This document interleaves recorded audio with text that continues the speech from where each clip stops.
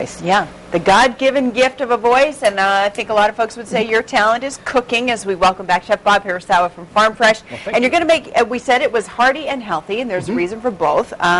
You're going to use turkey-stuffed portobello mushroom, and you're using quinoa. Well, we use quinoa for a second dish. Oh. It's going to be its own salad. Oh, I thought it was all going in there. I was no. going to say, it better be a big mushroom. All right, now it all makes a little more sense. So let's start with what we are going to stuff the portobello mushroom. Yeah, and we're going to stuff that with, like you said, we're going to do turkey sausage. We're going to have some, we've got the onions and garlic for the flavors. Yeah. Bring a little tomato in there, some little spinach, and a little feta cheese. And it's tied together, a little deglazed with the Madeira wine. But let's go ahead and start on the this part, the stuffing part. Okay. If you want. Okay, and we're going to start with just a little bit of canola oil, or excuse me, olive oil. And we will list all of the ingredients online. I'm just going to go ahead and pick up the pepper grinder now. You're going to ask me to do it in just a matter of time. And then again, Chef Bob mentioned a second dish today that will let folks kind of get to know quinoa. You know, it's kind of a relatively new on the scene in the mainstream, I guess. This super high protein. It's a grain, right? But it's just it's a grain, and it's been around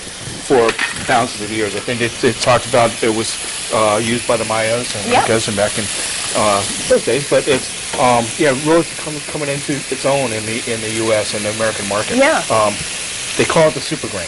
It's loaded with those high in protein, a lot of nutrients. I believe the amino acids, omega-3, and then omega-3 fatty acids in there.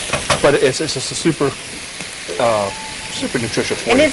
it's tasty, and it's got a good texture. So if you're looking for, as you start your New Year's diet, a substitution, say, for rice, or even couscous, which is what I thought was a healthier substitution for rice, and this is even healthier than that. Because the couscous essentially is just pasta. Yeah. And so we're talking, but this is a grain, and it carries this nutritional values with it. Yep. And it is, and I believe so. It's a gluten-free item for you. Right.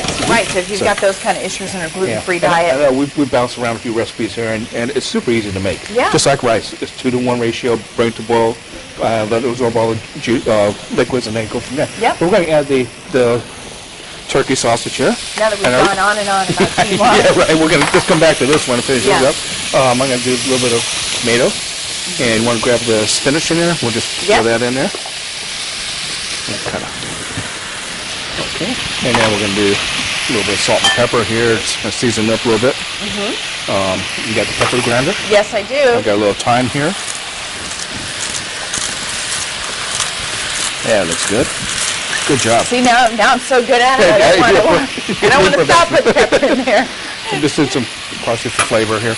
Okay. We're just going to put this with a little bit of Madeira wine. And I did bring the bacon out for your buzzers, but the original recipe does not call for it, whether you want to keep it healthy. You want to keep it healthy there, or you want to... Oh, well, we'll put it in today. Okay. We'll put it in today. But you can leave it Jeremy out. says, Yeah, right. I don't want to make that decision for everybody. How much of this is going? We're going to go about half a cup.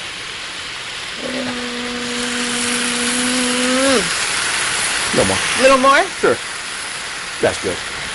Okay. And we're just getting that to come up, and it actually helps to wilt the spinach a little bit. Now, where are you buying these huge mushroom caps? You get them in the produce section at Farm Fresh. Okay. And if you want to take one of those caps, the larger ones there. Yeah. Okay, and I took the stem out of here, and then I don't know if we can get a shot of it. There's some what they call gills, the black underside. I don't know what the scientific name is, but we're going to go ahead and just scrape those out. You want to just take a spoon? Yeah. This one? Oh, yeah. We are? Okay. Now, How come? You don't want... Oops. And we're just going to gently pull... Okay. Sorry. Here we go. That's cool. Be quiet, Antonio. Antonio back on the Roman camera this morning giving me a hard time. We're just going to pull it across like this. Now, how come we can't eat that? Well, you can. But what it does, it just kind of tends to make the juices and everything turn dark. Okay. And you just don't want that. And now we've got more room for the stuffing, too. You do. And we're just going to dump that out. Why don't you keep working on those? Okay. And there's one more there. You can do that. Now okay. All right. I have more questions, but we've got to move along. Oh, okay. Meteorologist Jeremy Wheeler's over with Cheryl. Look how nice those are looking, and they're not even finished. Chef Bob Hirasawa from Farm Fresh is back in the kitchen with us today. We're making a stuffed portobello mushroom and a winter quinoa salad. And you said I get to try this. We scooped out the gills. Scoop out the gills when you get a big mushroom top. I didn't know about that. And then in goes the... And we just finished it off, and I just put the rest of the ingredients in there. Oh, this looks so good. So you added in, what, some feta cheese and feta cheese, and that's mainly for, give it a little boost of flavor right there. Yeah. And are these overstuffed? No, you keep on going. Keep You're going. fine. Yeah. Okay. Yeah, I mean, you go as much it doesn't really matter, does it? You No. know, like this mushroom cap isn't particularly deep, but we'll still pile it on there. We'll still pile it on. Because it's flat, right? And then over the top of each one, you put some provolone. Put provolone cheese, or I even put like mustard cheese. Both of those, when they cook up, actually, the cool thing about them is that they get a little transparent. Yeah. So you kind of see the colors and everything inside. Yeah, and you know what else I'm thinking? Not that I wasn't listening to you, but I was thinking of something else at the same time. You know what this reminds me of? I'm used to that. I'm married. Sorry, Janet. All right, never mind. No, what I was thinking is if somebody's like, too bad, I don't like mushrooms, this reminds me of when you made that stuffed acorn squash, or I mean, you could use this, the stuffing recipe, in anything. Absolutely, yeah. That's what I was thinking while you were talking. Okay.